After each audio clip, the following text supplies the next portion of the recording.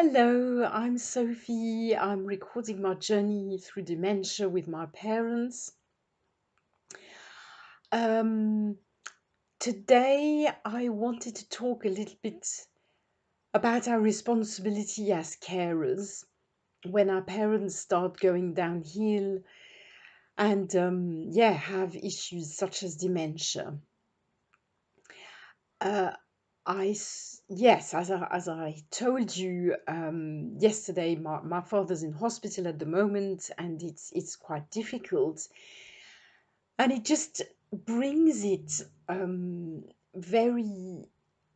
It makes us, my sister and I, very aware of how responsible we are for our father, and yes, how we really become not only the caregivers, but the people who are responsible for him, for making sure that he's treated well, for making sure that his needs are met, that his wishes are respected if they are reasonable wishes, which is not always the case. um, we really have to, yeah, we become the parents of our parent, really. And I think this is what is so hard at times, because it's a huge, well, not only is it a huge responsibility, but it's also quite strange, isn't it? Because you suddenly find yourself responsible for a grown-up person who looked after you, well, a long time ago, of course, but still. And that grown up is, at least in the case of our father, he's not completely lost it. There's still many things he's capable of doing. Um, so it's not like a child. It is an adult, and he does have a right to his say.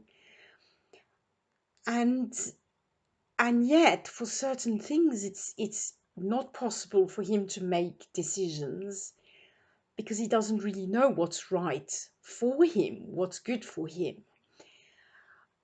But I find that it's a very difficult balance to find, up to where do we respect his wishes and treat him like a normal adult, and where is the limit where we have to say, no, this is, he's not able to make that decision and we have to make it for him. Yeah, I find that very, very difficult. Um, so at the moment, right now, in our situation, we are having this situation where our father is in hospital. He's waiting to be transferred to a center where he should receive intensive physical therapy, which would be good for him. So even though he doesn't want to do that, we have we have basically made the decision for him that he should go there. We went along with the healthcare team who said in the hospital, this man can't go home straight away. He has to get his strength back. So we've gone along with that. But right now, what's happening is he's waiting to be transferred from the hospital to this special care center. And in the hospital, he's not treated, I mean, he's treated okay, but it's not ideal. There are quite a few things that we are not terribly happy with. Um, yeah, we discovered yesterday that the team didn't even realize that our father usually walks with a walker at home. They haven't offered him a walker, so we're going to bring him his walker.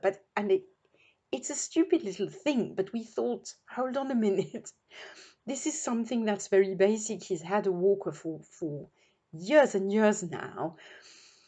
And how come they didn't ask us? How come, I don't know, why didn't we think of telling them that? I don't know. There were so many other things that we had to tell them. We didn't, I don't know, we just thought it was obvious that he wasn't walking without a walker normally. There's little things like that. There's other things that make us think, well, they're not really assessing the situation very well, and they're not really, because they didn't realize he didn't need because they didn't realize that he needed a walker to walk. What they're doing in the hospital, they're just not making him walk really, apart from his daily session of physical therapy, which is only about 10-15 minutes.